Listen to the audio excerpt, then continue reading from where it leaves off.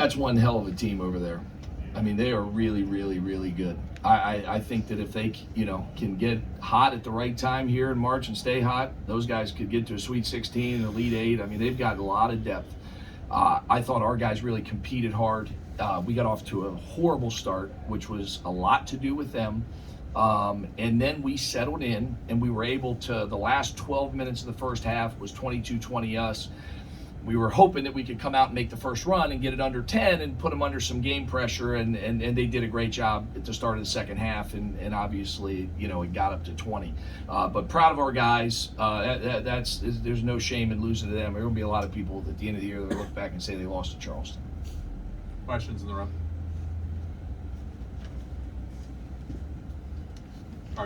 Kyle. Coach, what were they doing in the first half, especially at the start, to keep you guys off the board? Well, they have such great pace and speed. We were trying to send 5 guys back and not even offensive rebound, because we felt like, we'll get 2 or 3 of them, but it's going to lead to 15 transitions with odd number advantages for them. They just get it downhill, and they play with pace.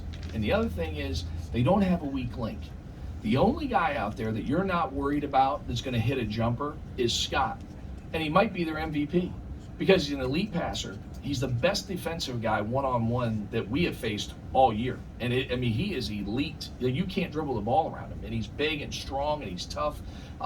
He's fantastic. I mean, it's weird to say it, but guy averaged 3-4 points a game. He's the key to them, in my opinion, because he just makes everything go. He doesn't force anything. And I just think the speed that they played with got us on our heels. And we did a terrible job taking care of the ball. We had 7 turnovers in the first 8 minutes, and then we had 5 the last 32. So we're turning it over, which is letting them get downhill, and that's how they like to play anyway. So I think it was just the pace they were able to play at. Kyle. If for Keenan, seemed like you were pretty aggressive on offense. You made some nice hook shots, had the spin move on the baseline for the dunk. Was there something in particular you felt like you could kind of attack with them tonight? I think that every night going out there, try to be aggressive, and the coaches and my teammates have confidence in me, and just try to go be confident every night. I think there's gonna be a lot of work in this off season to be ready for this next year to have a different result. But just trying to be confident and aggressive every night. And from a player perspective, what is it about this Charleston team that's kind of made them, pretty successful? It seemed like you guys were playing really well in stretches, and they were just kind of ants. They've got a lot of depth. They play really fast. There's a reason why they've been so successful throughout the year, down the line. They're a challenge to play against. I'm going to go to Zoom and Jerry. Hey Gino, obviously as you said, Charleston's really good. For you guys, playing twice in 24 hours, is there an effect that you saw today, or is that inconsequential given, like you said, how solid Charleston is?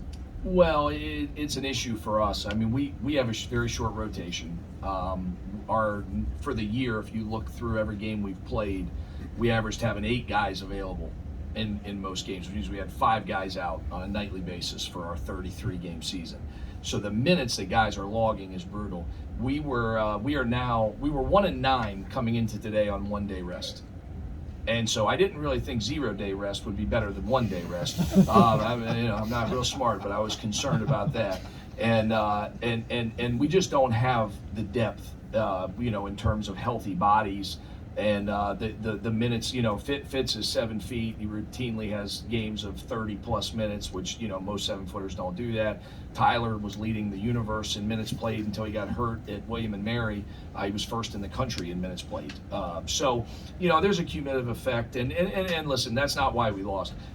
We could play Charleston, in a week from now and have a week to get ready, and they're going to have a big advantage. They're just really, really good. And I was proud of our guys because we could have put the white flag up the mast and given in, especially the way the game started. And I just thought that we kept battling, and the attitudes and effort of our guys was really commendable. I mean, we didn't win a championship, obviously, but I thought we had a championship year from a leadership standpoint with Tyler and Frankie and the other guys, saying and doing the right things on and off the court. So proud of our guys. It's made a big step up in conference. I know it's the longest answer you've ever heard, but I got some stuff I want to say. So, it's a huge step up in competition, enormous. And from where we were, and 4 teams came in. We were able to, make the longer run in the tournament than the other new schools. Something hopefully we can build on. But we've got to get better. We had a winning record against teams seeded 5 and down. We were 0 against the teams in the top 4, and we had a 1 possession loss to Hofstra in there that we could have won, and we kind of gave away at the end of the game. But most of them were kind of 10-pointers. Towson got us 10, Wilmington got us 7 and 10. So we weren't terribly far off, but there was a gap. We kind of slid in that middle, with the league. So I'm proud of our guys because it was not easy. I mean, you sign up to play in one league and then you go to a league where the guys are bigger, faster, stronger, and you guys all watch the game. You look out there. Luckily, it wasn't a UFC battle. I mean, we don't have a lot of guys bigger than the guy they're matched up with. So, give them a lot of credit. I really like their team, and I said it yesterday. They absolutely should be in the NCAA tournament. Regardless of what they do tomorrow and Saturday, you win 29 games. You got that kind of depth. If the committee is paying attention and watching games, they know that's an NCAA team. If they want to, just look and say, let's get as many teams from the Big Ten in as we can, then that happens, and that'd be the only concern. But I hope they get in because they can do some damage. Anything else? Thanks, guys.